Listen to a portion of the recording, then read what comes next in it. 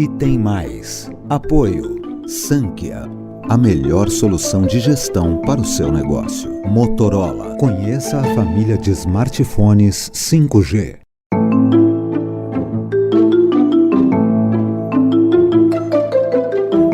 Olá, eu sou a Carol Nogueira e esse é o Item Mais da CNN. Em mais um dia tumultuado em Brasília, o presidente Jair Bolsonaro voltou a atacar o presidente do Tribunal Superior Eleitoral, ministro Luiz Roberto Barroso. Em conversa com apoiadores, o presidente disse que não aceitará intimidações. O TSE aprovou por unanimidade 2 medidas contra o presidente Jair Bolsonaro por causa de suas declarações, sem provas de fraude nas eleições. Agora, detalhe, lá dentro do Senado tem processo de impeachment contra o ministro do Supremo Tribunal Federal. Tem ou não tem? Eu quero saber se o Barroso vai ter coragem moral de mandar instalar essa CPI, esse processo de impeachment também. Pelo que me parece, falta coragem moral para o Barroso e sobra ativismo judicial. A Constituição prevê, entre os seus princípios, a independência e a harmonia entre os poderes. Mas os fatos dos últimos dias apontam para uma crise sem precedentes. É o que afirmam personagens que estão vendo de perto esses acontecimentos. Vamos agora a uma conversa ao vivo com o presidente nacional do PSD, Gilberto Kassab. Temos uma crise institucional. Como é que ela vai se desenrolar? É uma crise sem precedente. Nas últimas décadas nós não tivemos em nenhum momento algo parecido. Seria impossível há 2 anos atrás, quase no início da pandemia, imaginar que nesse momento o Brasil, ao invés de ter o seu governo discutindo a fome, discutindo emprego, discutindo a vacina, vem nesse bate-boca com o Poder Judiciário. A crise entre os poderes acontece no momento em que o presidente Jair Bolsonaro intensifica suas críticas à urna eletrônica e ao presidente do TSE, ministro Luiz Roberto Barroso. Ministro Barroso e ministro Alexandre de Moraes. O senhor tem que entender que os senhores não são dono do mundo. Você não pode continuar legislando, dando piruada, interferindo, dizendo o tempo todo que eu ou o parlamento deve ou não deve fazer. O cancelamento de uma reunião entre os 3 poderes pelo presidente do Supremo Tribunal Federal, ministro Luiz Fux, foi a demonstração de um dos resultados da tensão institucional que o Brasil vive no momento. O presidente da República tem reiterado ofensas e ataques de inverdades a integrantes desta corte, em especial os ministros Luiz Roberto Barroso e Alexandre de Moraes, sendo certo que quando se atinge um dos integrantes, se atinge a corte por inteiro. Mas a instituição Tribunal Superior Eleitoral não deixou isso barato. Na volta do recesso de julho, aprovou por unanimidade, no último dia 2, 2 medidas contra o presidente Jair Bolsonaro. A Corte enviou ao Supremo Tribunal Federal uma notícia-crime contra o presidente para apurar a possível divulgação de fake news sobre o sistema eleitoral brasileiro e também instaurou um procedimento administrativo para investigar os ataques de Bolsonaro contra o sistema eletrônico de votação e as declarações dele que colocam em dúvida a legitimidade das eleições presidenciais em 2022. A fraude está no TSE, para não ter dúvida. Isso foi feito em 2014. Não tenho medo de eleições. Entrego a faixa para quem ganhar no voto auditável e confiável. Dessa forma, corremos o risco de não termos eleições no ano que vem. O presidente Jair Bolsonaro também insiste em críticas contra o ministro Luiz Roberto Barroso, presidente do Tribunal Superior Eleitoral. Foram várias as insinuações e ataques endereçadas ao ministro. Vamos ver então o momento em que o ministro Luiz Roberto Barroso rebate as ameaças do presidente Bolsonaro às eleições. A ameaça à realização de eleições é uma conduta antidemocrática. Suprimir direitos fundamentais, incluindo os de natureza ambiental, é uma conduta antidemocrática. Conspurcar o debate público com desinformação, mentiras, ódio e teorias conspiratórias é conduta antidemocrática. Há coisas erradas acontecendo no país e nós todos precisamos estar atentos. Precisamos das instituições e precisamos da sociedade civil, ambas bem alertas.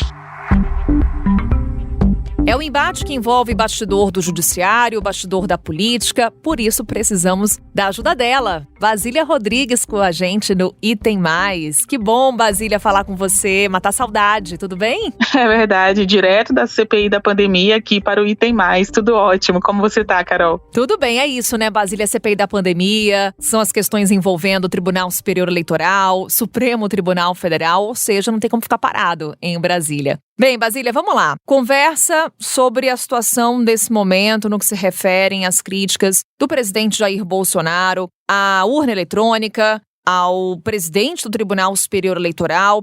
No caso, principalmente das críticas às urnas eletrônicas, são críticas que não vêm de hoje. Já vem de bom tempo que o presidente Jair Bolsonaro fala sobre isso. O que tem de diferente agora, Basília? Pois é, Carol, há mais de 500 dias o presidente vinha dizendo que iria apresentar provas de fraude nas eleições, tanto a de 2014 quanto a que ele venceu, a de 2018, só que, sem surpresas, o presidente não encontrou provas, não as apresentou. Bom, ele veio com indícios, só que, na verdade, era um tipo de corta e recorta, né? Recorta e cola, digamos assim, da internet, mensagens de WhatsApp, que normalmente a gente receberia numa dessas correntes apócrifas, vieram como uma mensagem do presidente Jair Bolsonaro de dentro do Palácio da Alvorada, que é a residência oficial da Presidência da República, com um anúncio de pauta, né? Então, formalmente, a Secretaria de Comunicação, que é um órgão de governo, fez o comunicado chamando os jornalistas em um limite ali de até 25 profissionais de imprensa que não poderiam fazer perguntas, mas poderiam acompanhar este momento que seria de exibição. Até tem isso escrito no comunicado à imprensa, né? Que tratava-se de um evento expositivo e, de fato, o presidente expôs o que ele considera como verdade, mas não conseguiu provar a versão de que houve fraude nas eleições. É um discurso que vem pavimentando aí algumas das declarações mais histriônicas do presidente Jair Bolsonaro e de discórdia, de ataques ao Supremo Tribunal Federal e especialmente ao Tribunal Superior Eleitoral, a Justiça Eleitoral Brasileira. O que a gente viu? Um movimento de corpo, né? Um movimento com ex-presidentes do TSE e do atual presidente, Luiz Roberto Barroso, que também é ministro do STF, assinando ali uma carta que deixa muito claro uma questão, que o sistema eleitoral brasileiro, que o processo de votação brasileiro é auditável antes, durante e depois das eleições. Muito se fala que essas declarações do presidente Jair Bolsonaro são um aceno para parte de sua base eleitoral. Estamos acompanhando também empresários se manifestando a favor da urna eletrônica. Bolsonaro, nesse momento, se encontra dividido?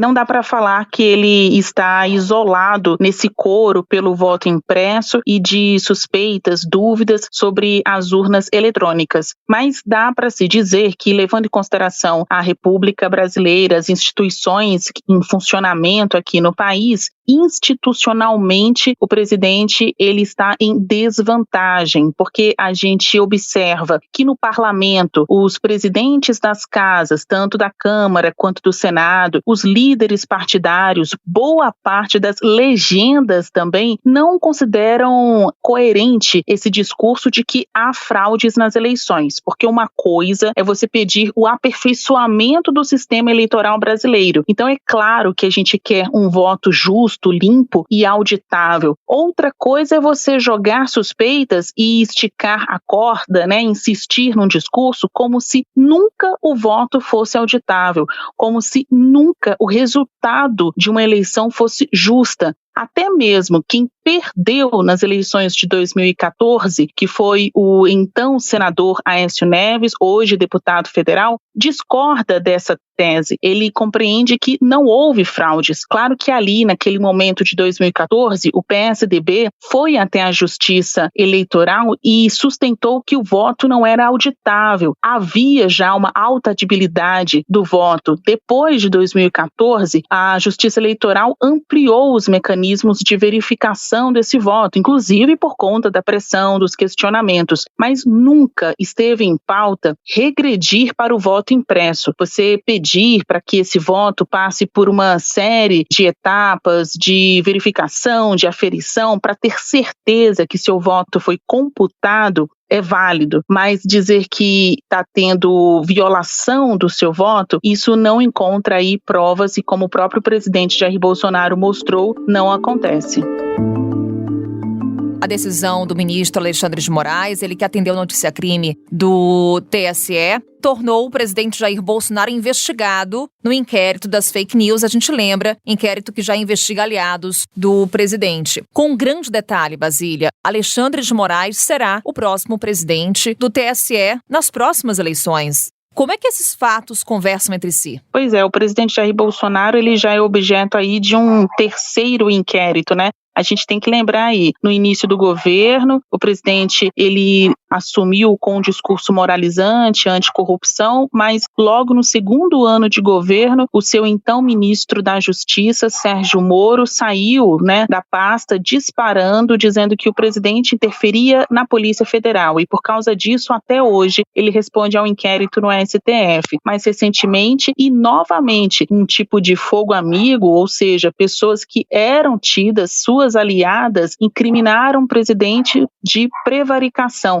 Ele teria tomado conhecimento de um suposto esquema de corrupção, irregularidades no Ministério da Saúde e nada feito. Pois bem, por causa disso, a Justiça também abriu um inquérito contra Bolsonaro. Agora vem um terceiro inquérito. E você vê que à medida que as eleições vão se aproximando, o clima vai ficando ainda mais tenso.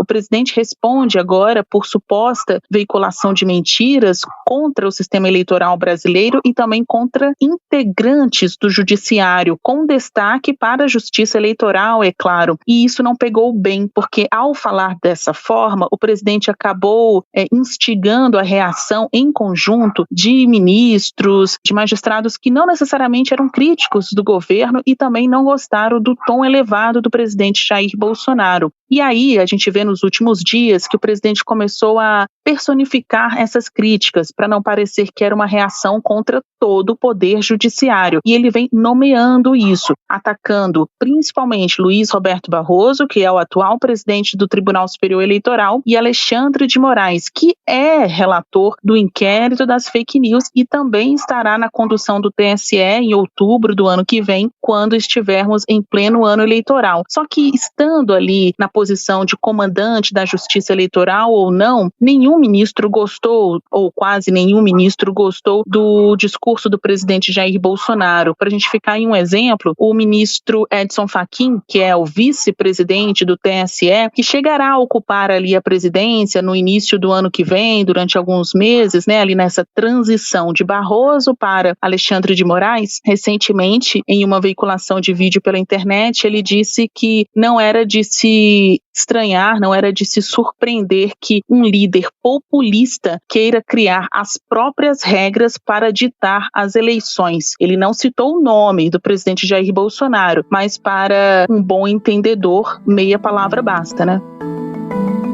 Basília, então vamos no ritmo das declarações. Agora eu trago falas do presidente Jair Bolsonaro. Por exemplo, você mencionou as críticas dele ao ministro Alexandre de Moraes. Recentemente ele falou o seguinte: e a hora dele vai chegar. Não dá para continuarmos com um ministro arbitrário, ditatorial, que não respeita a democracia, que não leu a Constituição, ou se leu, aplica de acordo com o seu entendimento para cada vez mais agredir não só a democracia, bem como atingir os seus objetivos dessa forma. Isso é inadmissível numa democracia.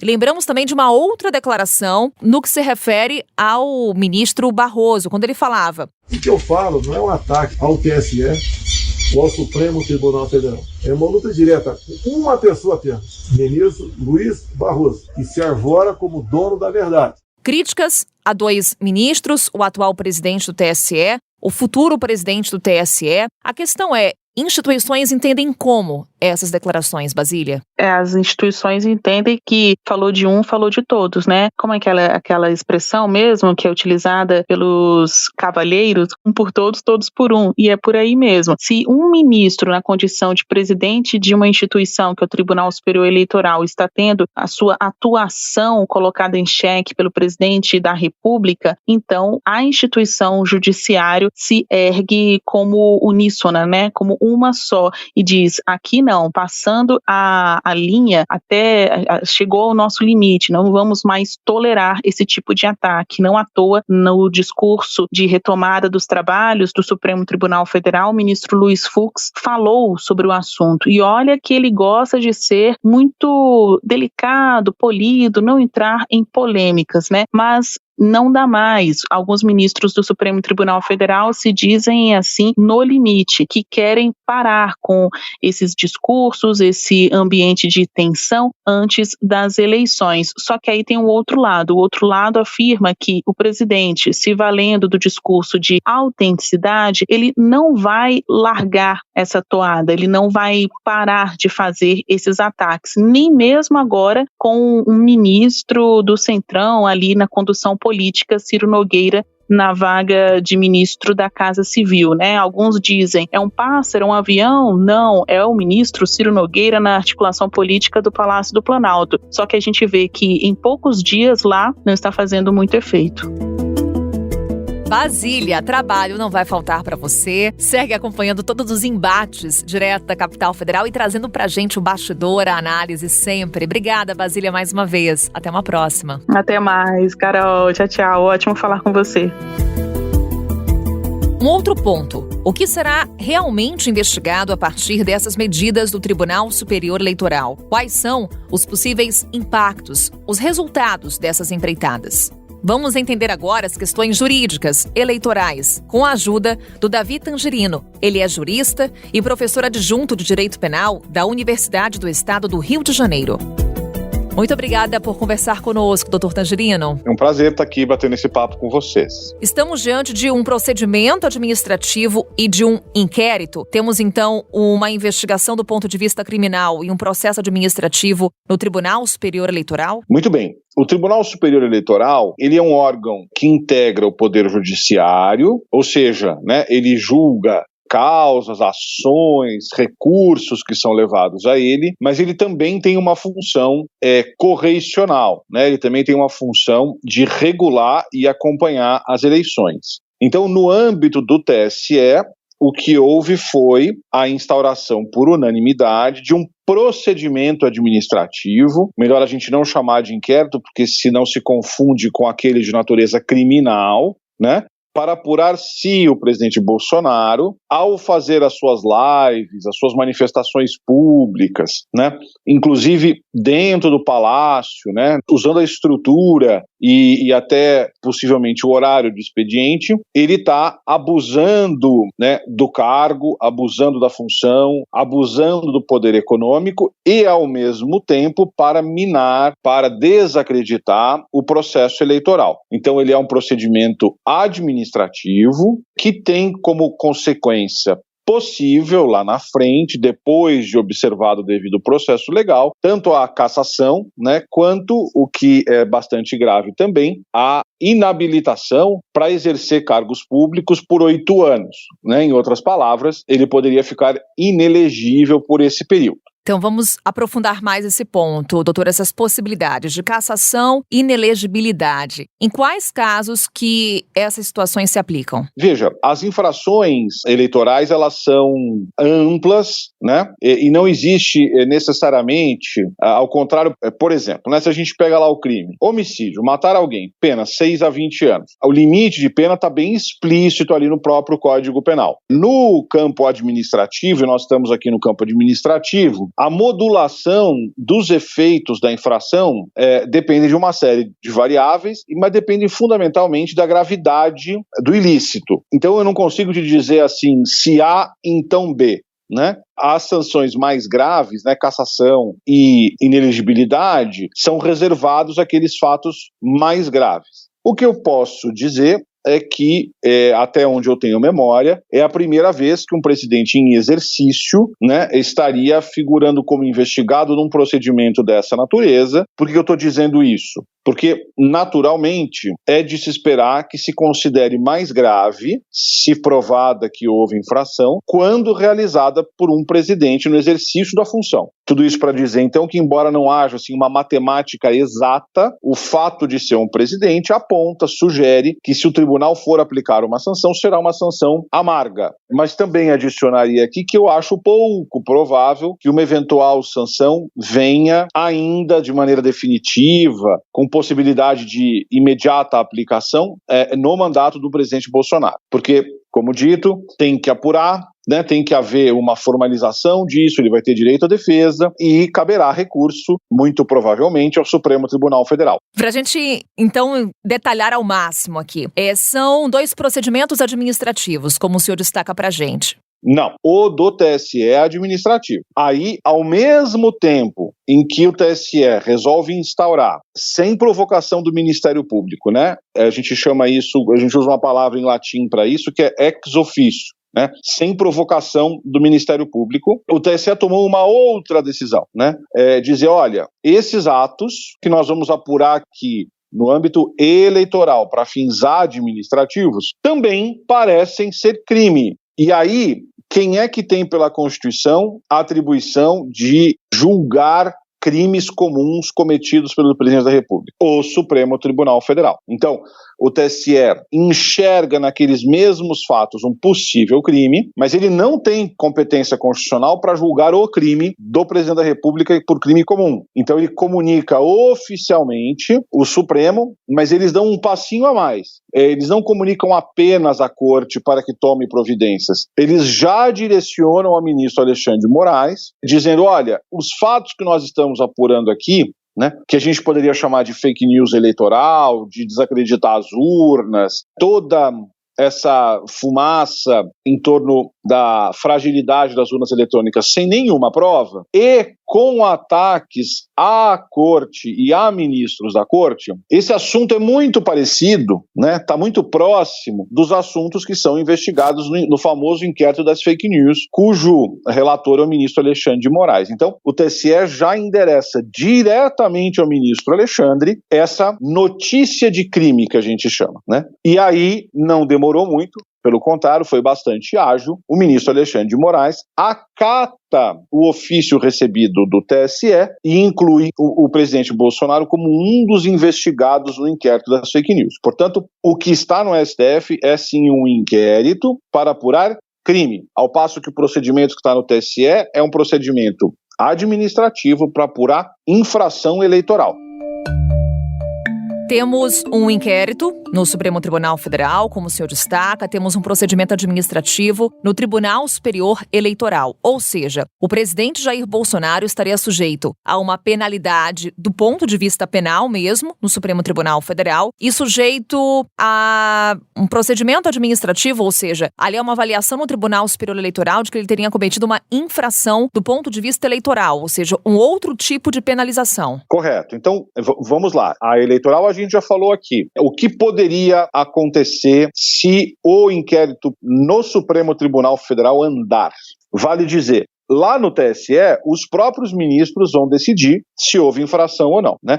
Eles não precisam que o Ministério Público participe muito ativamente deste procedimento. No Supremo Tribunal Federal é diferente. Então o ministro Alexandre vai investigar, claro, pela via da Polícia Federal, né, que atua como órgão de apoio à Corte nesse sentido, e a conclusão do inquérito vai ser encaminhado à Procuradoria-Geral da República. E caberá ao Procurador-Geral da República, também por um desenho constitucional, a decisão de duas uma, né? Ou arquivar ou oferecer denúncia. Oferecida a denúncia, ou seja, o Ministério Público Federal, na última instância, que é a Procuradoria-Geral da República, se convencida estiver de que houve crime, ele faz uma acusação formal contra o presidente perante o Supremo Tribunal Federal. Só que aqui, e eu lembro aqui aos ouvintes que nós tivemos isso na gestão Temer mais de uma vez, ele só pode efetivamente se tornar réu depois de a Câmara dos Deputados autorizar. Então, é oferecida a denúncia, isto é comunicado à Câmara, que tem que instaurar o procedimento de, digamos, validar ou não a denúncia. Se validada a denúncia, portanto, se aceita, autorizado o Supremo a receber a denúncia, o presidente tem que ser imediatamente afastado do cargo. E aí entram as questões políticas na jogada, professor. Um outro ponto com relação ao procedimento administrativo que corre no Tribunal Superior Eleitoral. Acompanhamos nas falas do presidente Jair Bolsonaro, ele numa tentativa de minimizar críticas à instituição TSE e fazer uma espécie de fulanização, colocar as suas críticas à pessoa do presidente do Tribunal Superior Eleitoral. Isso, de alguma forma, pode ser interpretado como uma tentativa de diminuir suspeitas de uma infração mais grave? Olha, eu acho que é uma tentativa muito mal acabada de não transparecer que a briga dele, Bolsonaro, é com o poder judiciário inteiro com letra maiúscula. Então, quando ele direciona as suas baterias ao ministro Barroso por presidir o TSE e ao ministro Alexandre de Moraes por ser o relator das fake news, do inquérito das fake news, o que ele está querendo dizer, não é que eu estou brigando com o Supremo, não é que eu estou brigando com o TSE, porque se ele assumisse isso, ficaria ainda mais claro o abuso de poder e um outro aspecto aqui, que é o crime de responsabilidade, que poderia gerar o seu impeachment. Então me parece que o recurso aqui é tentar evitar que a fala dele seja enquadrada como um ataque ao STF e ao TSE, porém, muitas aspas, apenas, muitas aspas, ao Barroso e ao Alexandre de Moraes. Agora, essa retórica, sobretudo no caso do ministro Barroso, não para em pé, porque são 7 ministros do TSE, e a decisão de investigar o presidente Bolsonaro por esses fatos foi unânime. Então, fica muito difícil, olhando os fatos, dizer que foi uma decisão, digamos, individual, voluntarista do ministro Barroso. Aliás, a provocação veio do corregedor, ministro Salomão, nem veio do ministro Barroso. Mas o fato é que os 7, unanimemente entenderam que era o caso de apurar, Davi Tangerino, ele é jurista, professor adjunto de Direito Penal da Universidade do Estado do Rio de Janeiro. Mais uma vez, muito obrigada por conversar conosco, tirar nossas dúvidas. Até uma próxima. Até uma próxima, uma satisfação sempre. E assim encerramos o Item Mais de hoje. Até uma próxima. Tchau.